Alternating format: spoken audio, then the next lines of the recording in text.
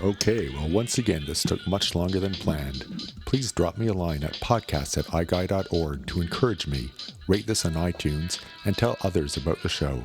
Welcome back to Talking About Glaucoma, the podcast of indeterminate frequency in which I talk with glaucoma colleagues about hot topics in our field.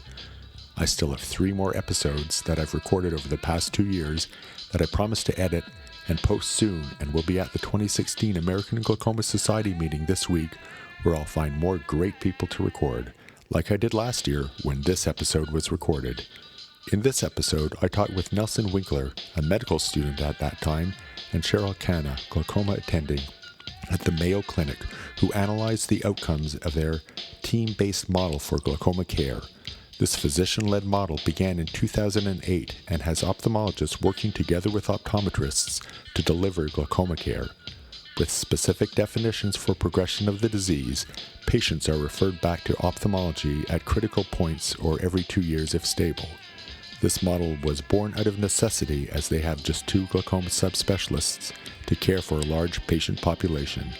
It has allowed better allocation of resources so that physicians who really need to provide glaucoma subspecialty care are not overloaded with patients who are clearly stable.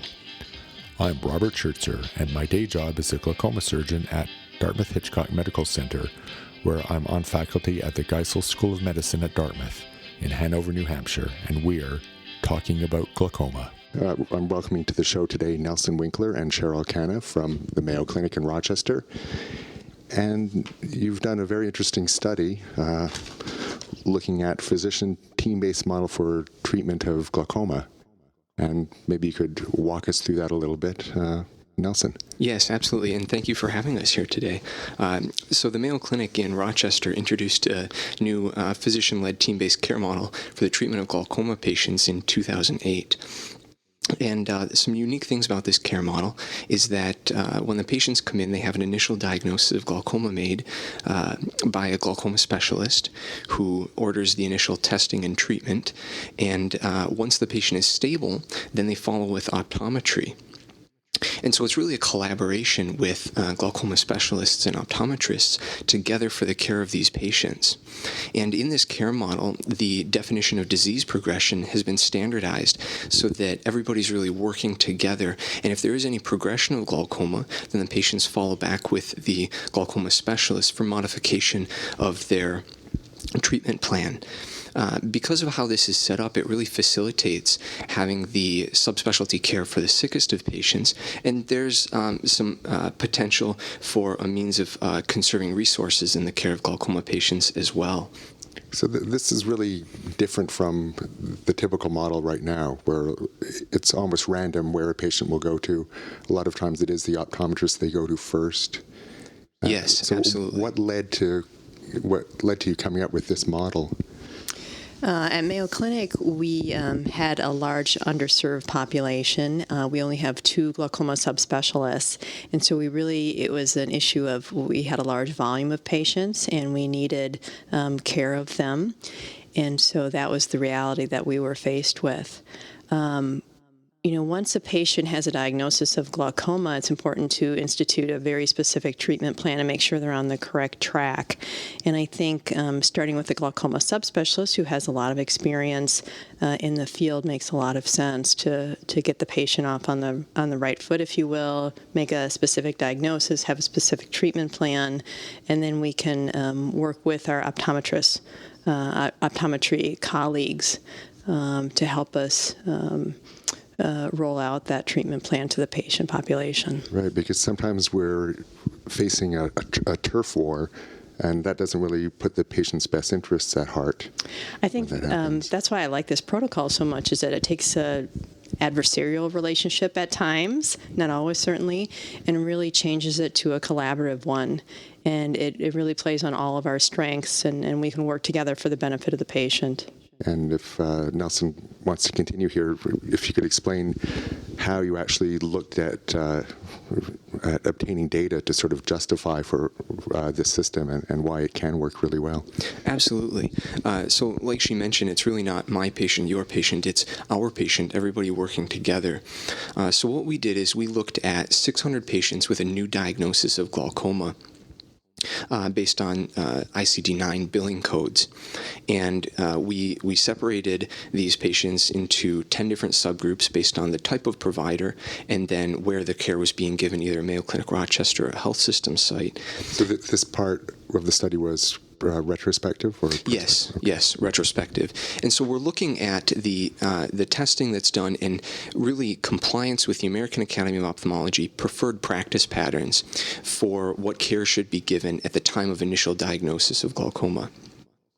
And with our protocol, we saw that there was a dramatic increase in compliance with these preferred practice patterns that really wasn't seen at the baseline site where there was no protocol, or in the groups in Rochester that didn't have this protocol in place. And it was quite dramatic, especially kind of comparing to previous studies that have been done in this area. We show that our numbers are actually quite significant, and we have higher adherence actually than these previously published studies. So what specific parameters did you find really improved but with this model? Absolutely. So one of the main things that should be done right at the beginning when a patient is diagnosed with glaucoma is establishing a goal pressure, a target IOP. And that's something that dramatically increased with the use of this protocol. Additionally, gonioscopy saw a large increase, as well as fundus photos and obtaining an OCT at the time of diagnosis as well. And was that across the spectrum in terms of the providers? Was it when you say there's more gonioscopy being performed and more target pressures being written down, was that both optometrists and, all three, optometrists, ophthalmologists, and glaucoma subspecialists who are all doing better in those parameters?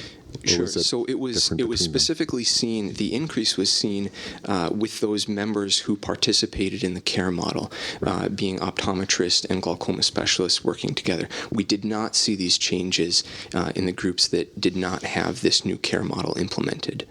Okay. So remember that initially the patient will see a glaucoma subspecialist, so the testing is very standardized. And then the follow-up testing is also standardized. I think one thing that's unique about this protocol also is that there's a group of us that work together, and so really there's almost extra training for all involved, including the optometrists who have a special interest in following glaucoma patients.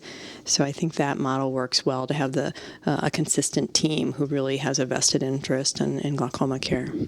So how would this play out in terms of the general population if you're working between other providers in the community?